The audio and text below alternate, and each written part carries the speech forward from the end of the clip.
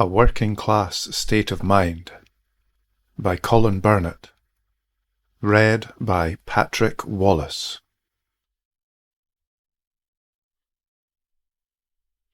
Lost and Found. I'm just on my way to the corner shop around from my flat. This has been my morning routine for as far back as I can remember. Only this time, I'm no gone there for a cheeky carry-out. Nah, I'm on my way to grab some fresh rolls and a bite of bacon for my brekkie. I ken what you're thinking. What is a Muslim doing eating bacon? Well, if I followed everything in the Quran, I wouldn't be fucking Aldo. Anyway, you'll no find any answers on that thing. Trust me, I've looked. Just as I'm about to head into the shop, some wee fanny boy racer driving an aqua blue Fiat Punto comes belting down the quiet road before coming to a screeching halt. The driver quickly tosses a rubbish bag for the motor before speeding off again in the opposite direction. Nobody seems to be about, and there's an eerie silence cast across the dead silent street, which can probably be explained with the fact that the morning paper hasn't even hit the shelves yet. My gut feeling is telling me to ignore the bag and go about my business, but now I'm left with this nagging thought. What if there's gear in the bag? I make a tentative walk out to the bag the cunt was saying to get rid of, but I'm alert enough to take a quick look around, Ken, just to make sure there's no eyes on me. With the weight of the thing, it feels heavier than it actually should. It's sealed, so I rip it open and even I'm surprised with what I find inside. Instead of a white brick of gold, I'm holding this tiny puppy in my arms. And it's staring at me with its huge baby seal eyes. Jesus, it looks at me before he lets out a tired yawn and he seems content, which astonishes me, to be honest, seeing how he's just been chucked out a motor. I carefully lay him back down on the road and turn to head back to the shop and forget that this has ever happened. And just as I've convinced myself I've done the right thing, I hear a feeble attempt at a bark, and straight away I know he's got me by the balls. Against my better judgment, I've brought the dog back to my flat. He's a timid and frightened wee thing, and I can tell he's as unsure about this arrangement as I am. To be honest, I ken fuck all about dogs. Well, apart from that lot that haunt the carousel on a Saturday night. I gently rest him on the rug in the centre of the living room, and I'm praying he doesn't decide to take a piss on it. The poor sod seems a bit shaken and standoffish, probably due to that cunt driving the car. If they're bribing him with a wee bit of ham for the fridge, he seems more at ease because he's letting me take a closer look at him. There's a small cut near his ear with some dried bladder in it. This is defo a staff, My mate Freddie had one years ago, and there's more than a resemblance between the two. I soon decide that for the morrow I'll phone round the dog homes and see if there's any takers. But if he's staying the night, I better head up to that pet shop on the top of Leith Walk to get some pissing pads for him, because he's no relieving cell on my glowing laminated flare. Before I leave the house though, I set down some rules. Listen, little yin, I tell him. You didn't like me, and I didn't like you. He tilts his tiny head to the side as if to say, what the fuck are you going on about? This is my house, I remind him. You stay on that side of the room, I'll stay on this yin. And didn't even think about setting your paws on that couch. Maybe I'm still high for the night before, because he seems to have a decent understanding of English. And before I ken it, the wee fella's trotted off to park his bag of bones next to the fireplace. For fuck's sake, I only went in for cheap bag of puppy pads and I've came out £100 out of pocket. I mean, will you look at this, I've got a lead, a collar, a few squeaky toys, dog balls and a array of treats for the thing. And this wasn't my day neither. It was this tidy brunette thing who works there. She comes over all sweet-talking and that, seducing me with her patter, and as soon as I tell her about finding the dog, her bottom lip started trembling and she got all emotional. Anyway, before I even had a chance to blink, she was racing around the shop doing a supermarket sweep on me, grabbing anything she thought was cute or adorable. Through gritted teeth I parted with the money, all humble and full of smiles. But see if she had been £10 heavier, then I'd have told her to get the fuck out my way, and I might even threatened her with a complaint of harassment. As I set fit back in the flat, there's some consolation to be had when I see that the undersized mutt has respected the house rules. He's no pissed or shat anywhere and nothing has been chewed to pieces. He's still sitting slumped down where I left him though, but I can tell with a twinkle in his eye that he's pleased to see I come bearing gifts. After watering and feeding him, I sit him down to read about Friday night's disaster at Easter Road. But even with the paper blocking my view of him, I ken his eyes are still firmly fixated on me. I can actually feel them cutting through the paper like a hot knife through butter. This little yin is playing a game of chicken with me in the hope I'll cave and take him a walk on his new leash. 'Cause ever since he cloaked the thing, he's kept his peepers on it. And I'm actually positive that he nodded towards it, getting as if to tell me to put it on him and let's fucking go. But he's shit out of luck, 'cause you'll see Kim Jong-un get a Nobel Peace Prize for his humanitarian work before that happens. Fucking hell, man.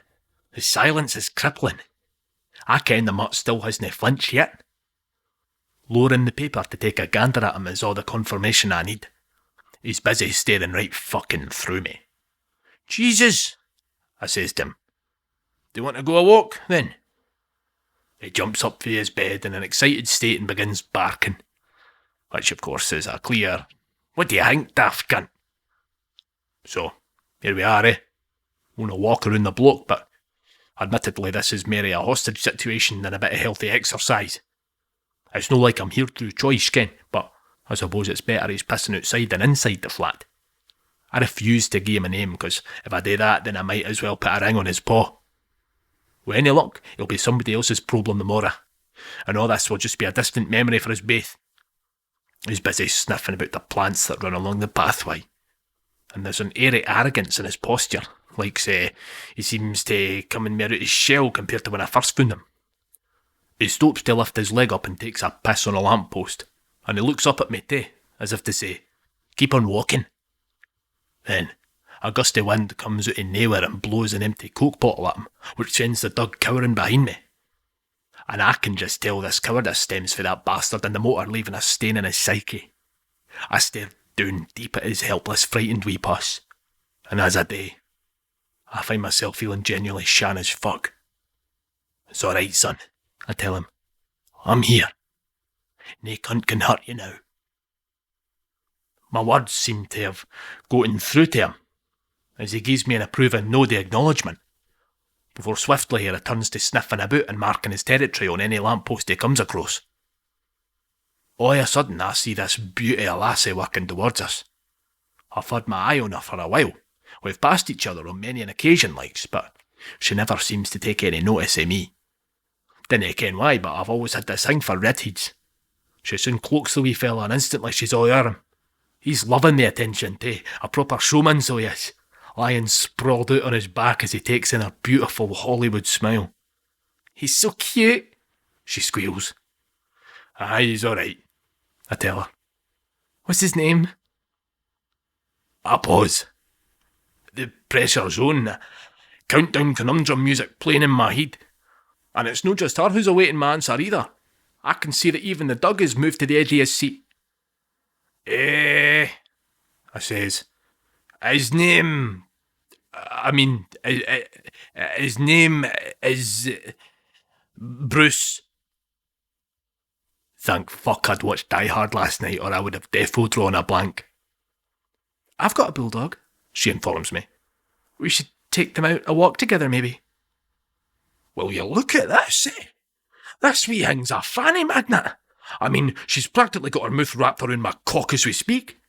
That would be magic, I tell her, whilst digging into my jeans pocket to produce my mobile phone. And before I ken it, we're exchanging numbers. As easy as fucking that. But the sense of euphoria doesn't last, because then I remind myself that I'm getting rid of the wee man tomorrow. I decide to not let this wee detail dampen my chances of a ride though. I'll just tell her that he's shot in front of a bus. Because, let's face it, such things happen to folks' pets every day.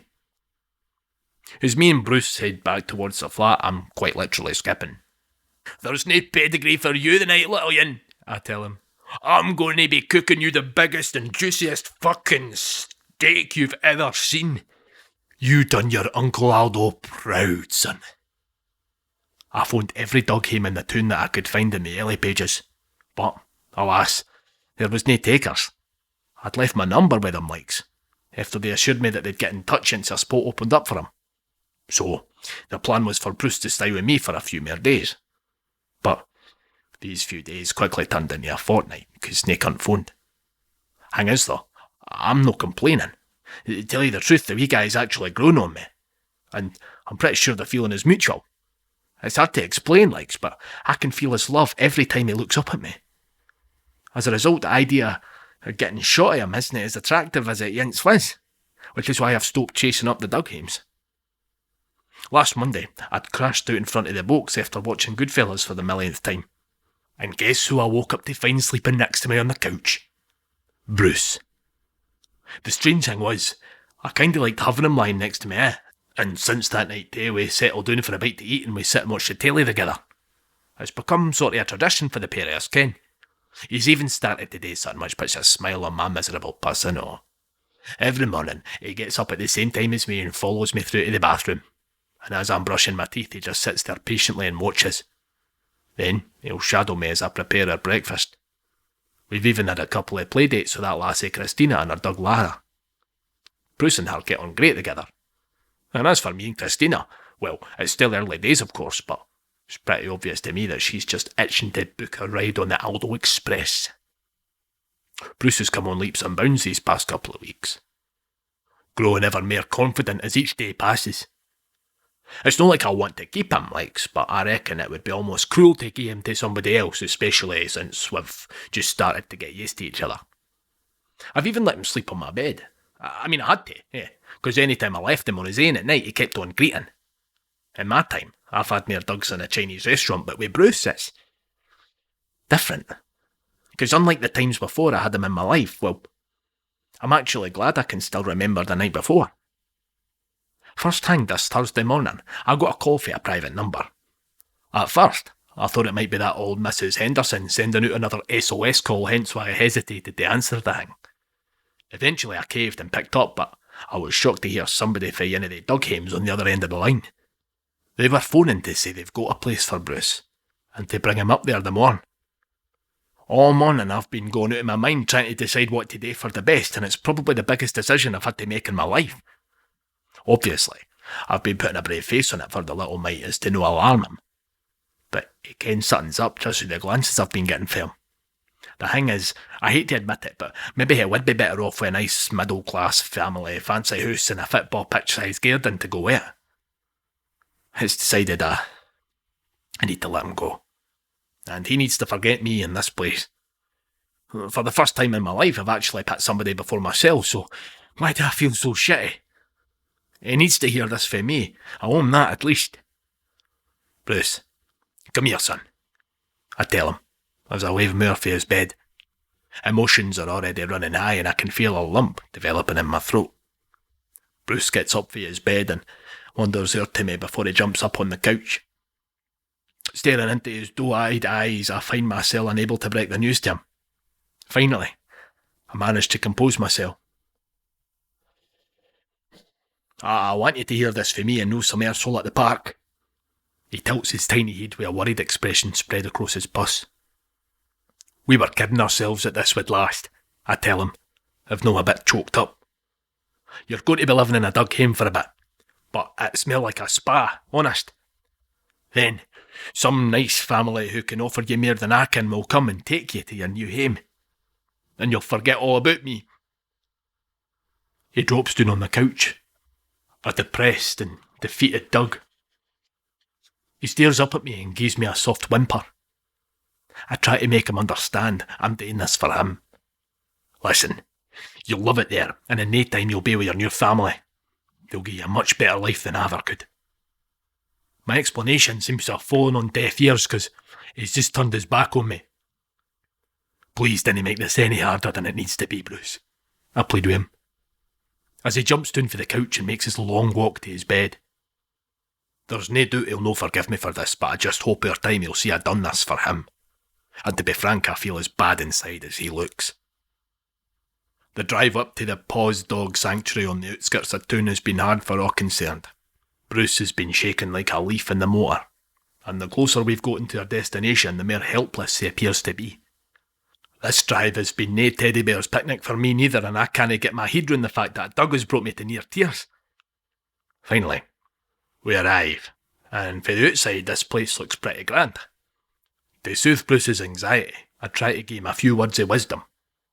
"Bruce," I says, "this is a tough situation for both of us." Though he gives me the cold shoulder. I turn him round to face my direction. "There'll be bigger dogs in here, but trust me, their bark will be worse than their bite. I had to deal with the same dafties in the jail. But you're like me. You're a fighter. I need you to be brave for me, okay, pal?" I get a reluctant nod for him before we make our way inside. It's kinda impressive inside here, to be honest. The place radiates with a warm and welcoming vibe. Each wall is painted in bright primary colours and are thoughtfully decorated with pictures of both big and small dogs. And every picture is accompanied by written info of how they're rehamed success stories. This tells me that every mutt in here are loved and cared for in exactly the same way. And I can't lie, it's reassuring. I can just imagine Bruce's mugshot up there real soon, after he's found a ready-made family who'll spoil him rotten. A middle-aged family are sitting on the cosy-looking seats in the waiting room, their eyes fixated on the large wooden doors opposite them. They're pretty much drooling at the mouth in excited anticipation at being greeted by the new member of their family. A sight that only serves to validate the increasing belief that I've indeed done the right thing. Know that Bruce seems to be buying in what this lot are selling likes, as he'd habitually still staring down at the shiny flare. Suddenly, and without warning, I hear this high-pitched voice coming from behind me.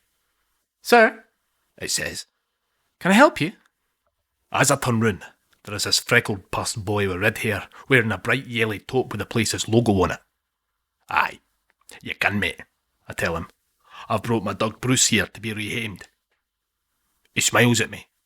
"You must be Mr. Ali. We spoke on the phone." He extends his hand out and I do the same. "My name is Gordon," he says. He soon cloaks the disinterested Bruce who's sat next to me. And straight away he starts fussing over him. "Oh, and this must be Bruce," he says, as he gives him a pat on the head. Bruce rolls his eyes and I can tell he's thinking to himself, "What's this ginger cunt's game?" He signals for us to follow him into a small office which is situated directly behind the reception desk, where, he tells me, I'll be handing over my signature in order to make it official that Bruce is no longer mine. It's a blink and you'll miss it affair, and before I ken it I've committed ink on the line which is dotted. For my own peace of mind I've insisted on taking Bruce to his new digs. The boy leads us down a long corridor until we reach a pair of large domineering doors with a sign on them which reads, "Dog Kennels." We walk in, and the atmosphere turns from Sesame Street to something that would remind you of Silence of the Lambs. Our presence in the room has set the dogs in the kennels mental. I mean, honestly, they go absolutely fucking nuts. Some even begin charging at the metal bars while others cower and whimper in the corner. But then all of a sudden it hits me, where's Bruce? And as I look back I can see he's frozen to the spot, held there in a paralysed mixture of fear and anxiety. It isn't until I wave him and instruct him to follow me that he remembers how to use his wee legs again. It isn't until we reach halfway down the kennels that the carrot-topped cretin stops in front of us and announces, "This is it," motioning towards a large and empty box-air room. He opens the door and Bruce gives me a worried look. "You'll be fine, son," I says, reassuringly. And with that, Bruce enters his new home. He immediately slumps to the ground, like some deflated hot air balloon, and as I watch his helpless surrender I find myself struggling to hold back the tears. I decide to pull this pencil pusher to the side, just to give him a few pointers on how he should be accommodating Bruce. "Listen, mate," I tell him, "you'll expect a steak every night, but if you put his plate down even a minute past 9 then he'll no talk to you for hours. Trust me, I've been there. See, he's got a thing for a lassie on Corey. It's a long story. So, he'll need a nice, big telly, right? He seems to like to stare at her tits." The boy looks stunned and demented. "We are still talking about the dog, right?" he whispers. "Of course we're talking about the fucking dog," I snap. "And his name is Bruce." "Okay," the boy tells me, but I sense a bit of scepticism. "And yin mair hang, mate," I say. "If nobody takes him in, I take it you guys will pamper him to his last days. To my surprise and utter disgust, the boy laughs in my puss. No, I'm afraid not. If we can't rehome him in 6 months, he'll be getting a special visit from our vet. You mean like a fucking medical or something? I ask. Oh, God, no. He tells me. He'll be a new member of Doggy Heaven. Lower your fucking voice, you! I scream. He's got a good grasp of English. He appears to look slightly perplexed by my revelation, and there's something about his dismissive demeanour that not only enrages me, but it also influences me into deciding that this was all just yin big horrible mistake. Ken what, eh? I tell him. Forget it. He's coming back home with me, where he belongs. It's Sunday morning, and I've just dashed round to the corner shop for some of their juicy sausages, which I'll be frying up later for our breakfast. But just as I get to the door, I find myself stood there for a minute, before I take a look round at my surroundings. It's strange, Ken, because it was outside this shop at almost this very same spot that all this madness began. I take in this thought and ponder it for what seems like minutes. In reality, though, it was probably only a couple of seconds. Yet, it makes an impression on me, and I smile to myself as I enter through the shop door. As soon as I get back to the flat, I see that Bruce hasn't moved a muscle. He's been sat there in the hallway all this time, patiently awaiting my return. I crouch down to rub his neck because he loves when I do that for some reason. What a good boy you are, son, I tell him. But I forgot to shut the front door behind me, and suddenly Bruce has cloaked this stocky tracksuit cunt passing. He immediately starts snarling spitefully, and all his back hair sticks up as if in fight mode. I've never seen Bruce reacting this way to anybody, so as I go to shut the door, I shout down to apologise to the boy. Sorry about the barking, mate, I tell him. I dinna ken what's got into him. All I get when he turns in my directions is a set of daggers for the fanny. Something's no sitting right with me about this. He looks dodgy as fuck. So, I lean down to ask Bruce outright what it is he doesn't like about the boy. Bruce, do you ken that guy, eh? Talk to me, son. He replies in barks which grow increasingly louder. It's a clear, oh, I ken that bastard alright, if ever there was yin. I throw my jacket back on and pick up Bruce. I carry him as we follow quickly in pursuit. And it's no long before we've caught up. Bruce is still snarling though, so I put my hands across his mouth to ensure the blast of hate he's letting out is muted. This boy is completely unaware that we've got eyes on him. Me and Bruce watching as he turns sharpishly down the end of the side streets. We are fast on his trail, but as I turn the corner, fuck me, there it is. It's the Fiat Punto Bruce was flung for. The same exact yin.